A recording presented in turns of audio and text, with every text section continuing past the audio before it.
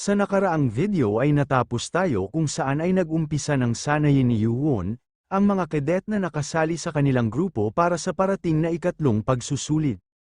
Matapos sabihin ni Yuwon na isagawa na nila ang pagsasanay sa Seven Demon Sword ng sabay-sabay, ay naguguluhan naman ang lahat dahil papaano niyang matuturuan sila kung sabay-sabay nilang isasagawa ang Seven Demon Sword. Sa isip naman ni Moonju, na ito ay makakatulong para sa kanilang gagawing formation ng sama-sama, ngunit hindi nito maisip kung magagawa ba nitong matutukan ang bawat isa sa kanilang porma sa gagawing teknik ng sabay-sabay. Siguro ay tutulungan na niya ito upang matutukan ang lahat. Sumingit naman si Heobong sa kaguluhan ng lahat, at sinabi na kung bakit hindi na lang muna nila sundin ang ating bida. Maya-maya pa ay sumigaw na si Yuwon para isagawa na nila ang first technique ng Seven Demon Sword. Matapos sabihan ang lahat ay ini-activate naman ito ang augmented reality ng nanomachine, sabi nito na ianalisin ng nanomachine ang porma ng bawat isa sa mga ito gamit ang tutorial mode, at sabihin sa kanya kung isa sa mga ito ay mali ang ginagawa. Agad naman itong sinunod ng nanomachine at sinabi na tapos na itong mailagay sa 17 tao ang tutorial mode. Habang isinasagawa ng mga ito ang pagsasanay ng first technique, ay nababahala naman dito si Moonju. Dahil ang mga ito ay gumagalaw ng isang grupo ay mukhang ayos lang ang lahat, ngunit ilan sa mga ginagawa ng mga ito ay mali. Masinsina namang pinagmamasdan ni Yuwon ang bawat galaw ng kada cadet sa kanilang ginagawa. Kaya naman ay sabi dito ni Moonju na tingin nito ay kailangan na niyang tawagin ito sa pamamagitan ng sound telepathy para masabihan kung sino sa mga ito ang mga nagkakamali.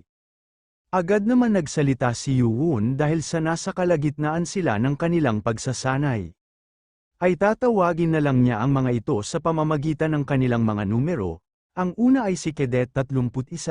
Sa unang hanay, sabi niya, na hindi nito na ibibigay ang tamang puwersa kapag iginagalaw nito ang kanyang braso, at kung mag-uumpisa siya sa ganito, ay ang mga susunod na galaw nito ay mas magiging mahina kaya naman ay isaisip niya ito. Ang sunod naman ay si Cadet 75. Ang balanse nito ay wala tuwing isinasagawa ang teknik.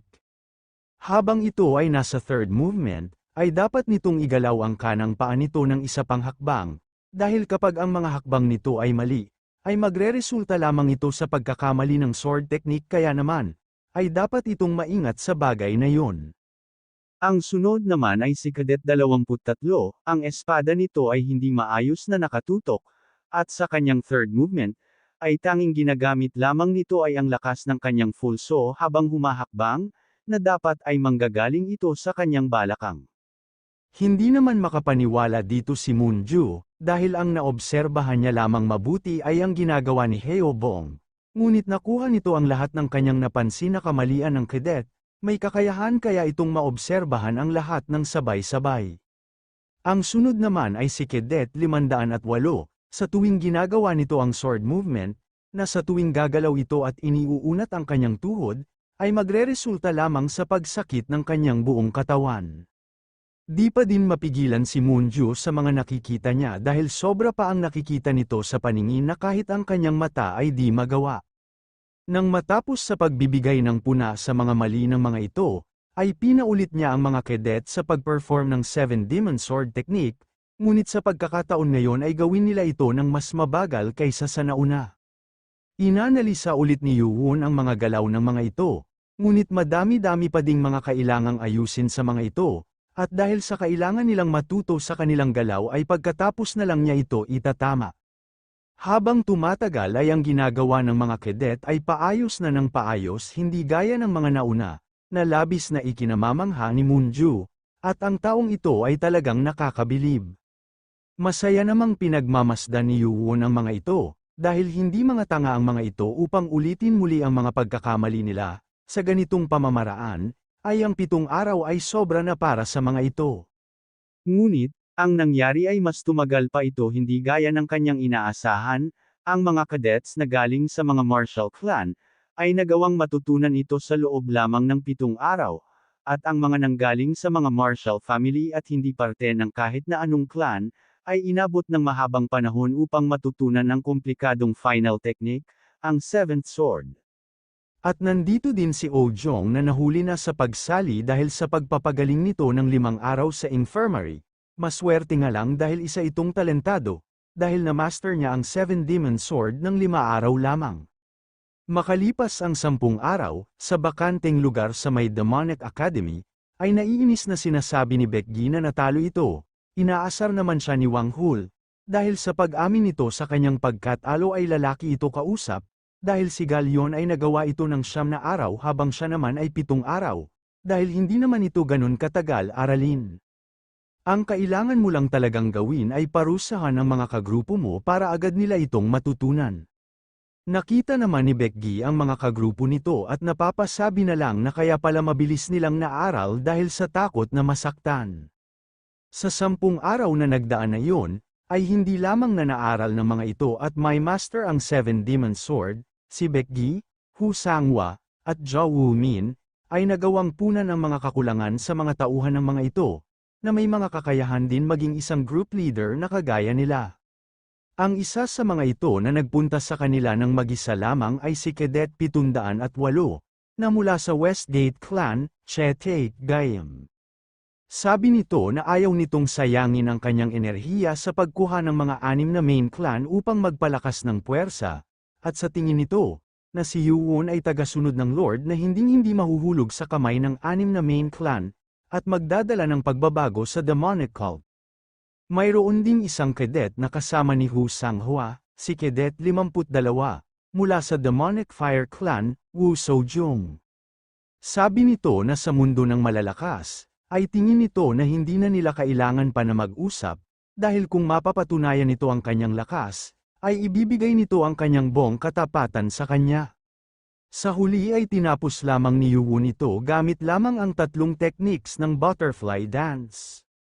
Dahil sa nangyari ay 2 anept expert agad ang kanyang naging tagasunod. At sa loob din ng 10 araw na iyon, si Wang Hul at Hu Sanghua, dahil sa pagiging dedikado ng mga ito sa personal na pagsasanay, ay naging anept expert na din. Binabati naman ito ni Yuwon dahil sa naabot na ng mga ito ang pagiging isang anept expert, nagpasalamat naman ang mga ito kay Yuwon. At sinasabi na malayo-layo pa ang kanilang lalakbayin, at bilang kanyang unang espada, ay ipagpapatuloy nito ang kanyang pagsusumikap upang hindi maging sagabal sa hinaharap. Nagtinginan naman ang lahat ng mga group leader sa sinabi nito ni Wang Hul na siya ang unang espada ni Yuwon.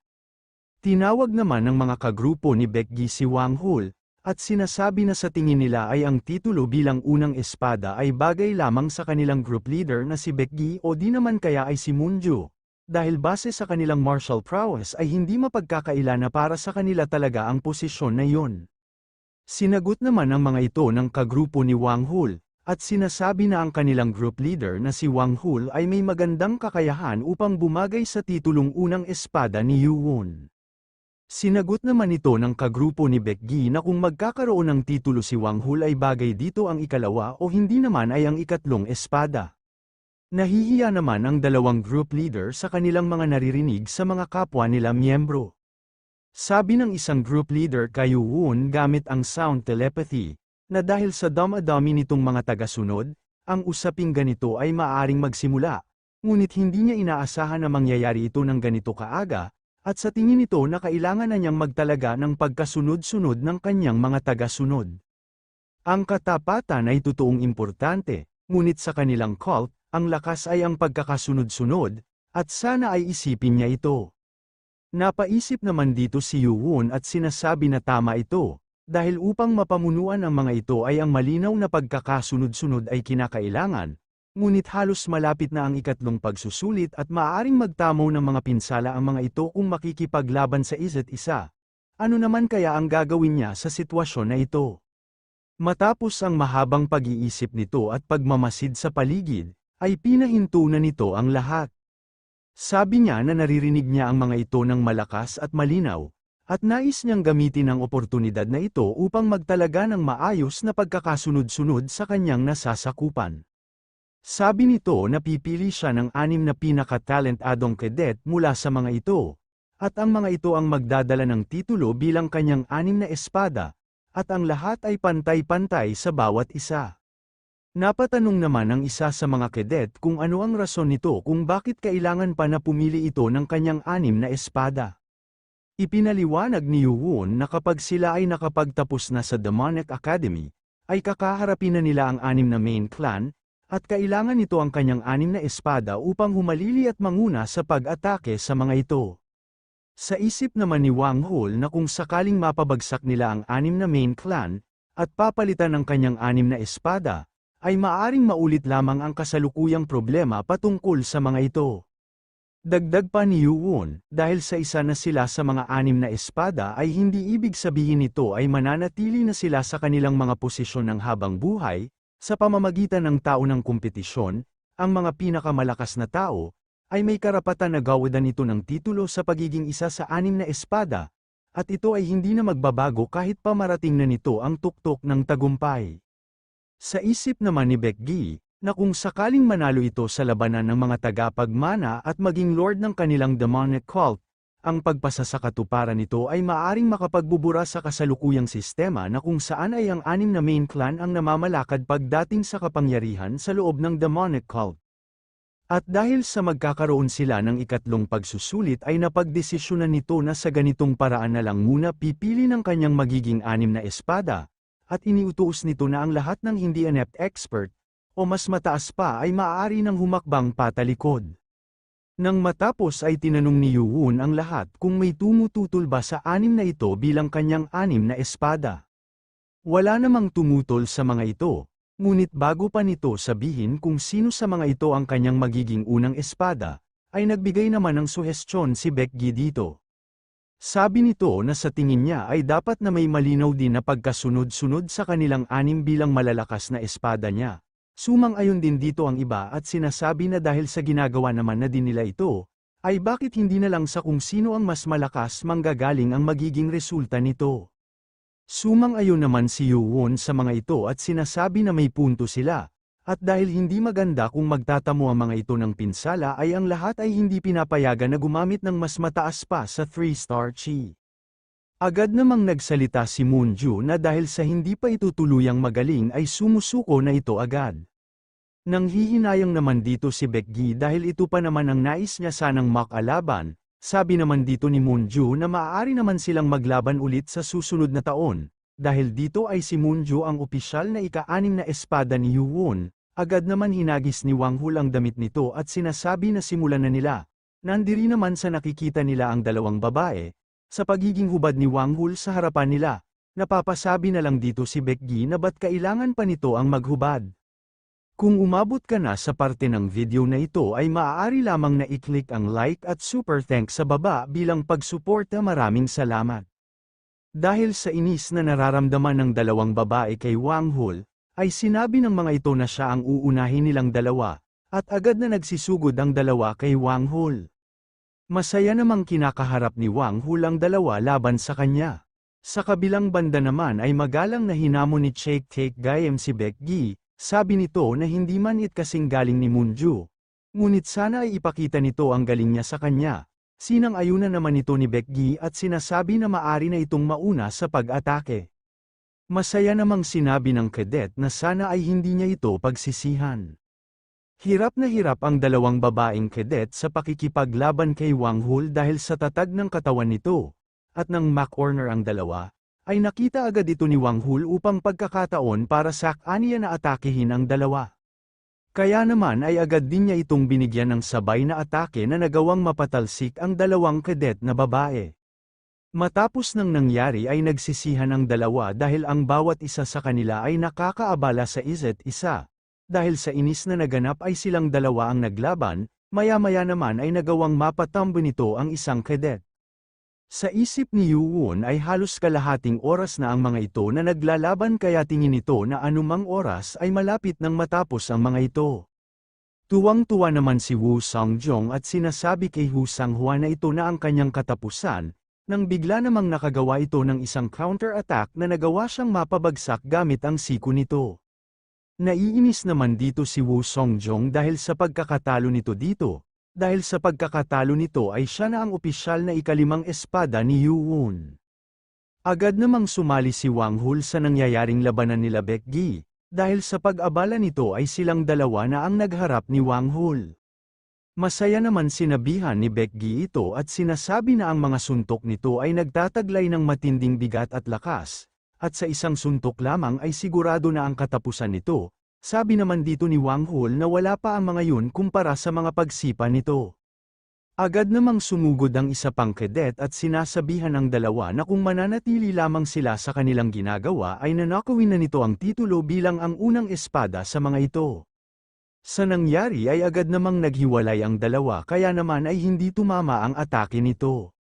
Ngunit sa likod nito ay may narinig siya na boses at tinatanong kung sino ito para nakawin sa kanya ang titulo, at agad itong inatake ni Hu Sanghua, na agad naman itong naiwasan, ngunit sa ginawa nitong pag-iwas ay ang pagtama ng sipa at suntok nila Baekgi at Wang Hul. Sabi naman ni Yuwon na sa ginawa niyang iyon ay para lang itong naghukay ng sarili niyang libingan. Sabi naman ni Moonju na ang cadet na ito ang ika-4 sa mga espada. Ngayon na 3 na lang sila ay sinabi ni Wang Hul na kung bakit hindi na nila tapusin ito agad, at agad nitong sinabi na sumugod na ang dalawa ng sabay. Matapos ang ilang mga minuto ay napasuko na si Hu Sanghua, dahil sa sobrang pagod nitong nararamdaman. Sa isip nito habang pinagmamasdan ang dalawa, ay ang buong akala nito ay sobra pa sa sapat ang stamina na mayroon siya. Ngunit ang dalawang ito ay nasa ibang level na ang mga stamina. Masayang-masaya naman si Wang Hul na sinasabi na sakanya na ang titulo bilang unang espada, sa isip naman ni Baekgi na ang bigat at ang layo ng naabot nito ay lubhang nagpapahirap sa kanya. At dahil ito sa mula siya sa Dark Fist Clan na dalubhasa sa paggamit ng fist technique, ay bakit hindi na lang niya ito atakihin mula sa baba. Nagulat naman si Wang Hul sa after image nitong ginawa at ito ay ang hindi niya inaasahan mula kay Baekgi. Agad naman na tumama ito sa kanyang katawan, at dahil sa bilis ng paggalaw ni Baekgi ay hindi na niya ito nagawang iwasan pa. Matapos ay agad niya na itong sinundan pa ng mga pag-atake, dahil dito ay nagawa niya itong mapatalsik at mapatamba. Masaya namang tinanggap ni Wang Hul ang naging resulta ng kanilang labanan. Nagkagulo naman ang mga miyembro ni Baekgi at binabati ito bilang ang opisyal na unang espada. Ang 6 na espada ni Yuwon ay ang ika-1, Baekgi, ang pangalawa, Wang Hul, ikatlo, Hu Sanghua, ang pang-4, Che Taek-gyeom, ang pang-5, Wu Sojong, at ang pang-6 ay si Moonju. Sa isip ni Yuwon na ang pagbalangkas upang kaharipan ng 6 na main clan ay naisagawa na. Ngunit napakalayo pa din ito upang maging sapat, kaya naman ay kailangan niya pa na mas maging malakas pa upang wala ng kahit sino sa demonic cult ang magtatangkang kalabanin siya. Araw ng ika-3 pagsusulit, alas 8 ng umaga, sa Demonic Academy Director's Office. Ay may pagkagulat naman sa muka ng Academy Director at tinatanong kung talaga ba na inaprubahan ang nilalaman ng sulat. Sinagot naman siya ng Grand Guardian, na ito ay napagdesisyunan na ng mga mataas sa demonic cult noong isang araw lamang, at natanggap nito ang huling approval ng nilalaman mula sa Lord kahapon lamang. Upang manatili ang mga potensyal na pagkalat bukod pa sa naunang pagsusulit, ang Demonic Academy test ay napagdesisyonan ng director at mga instructor matapos na pumasok ang mga cadet, matapos ay i-report ito sa mga mataas na opisyal, ito ay unang makakakuha ng pagka-aproba sa mga council elders, at ito ay mapipinal kapag nakatanggap na ito ng pag-aproba ng Lord, at kapag mayroong mga problema sa nagaganap na pagsusulit, ay ang pagbabago sa pagsusulit ay gagawin.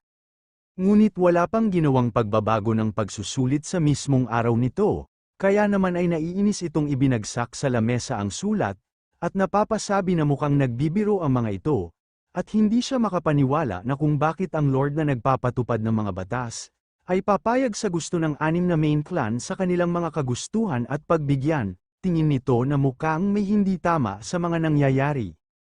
Kaya naman kung gusto mo na masubaybayan ang ating kwento ay ayapin mo lang ang notification bell pagkatapos mo na mag-subscribe.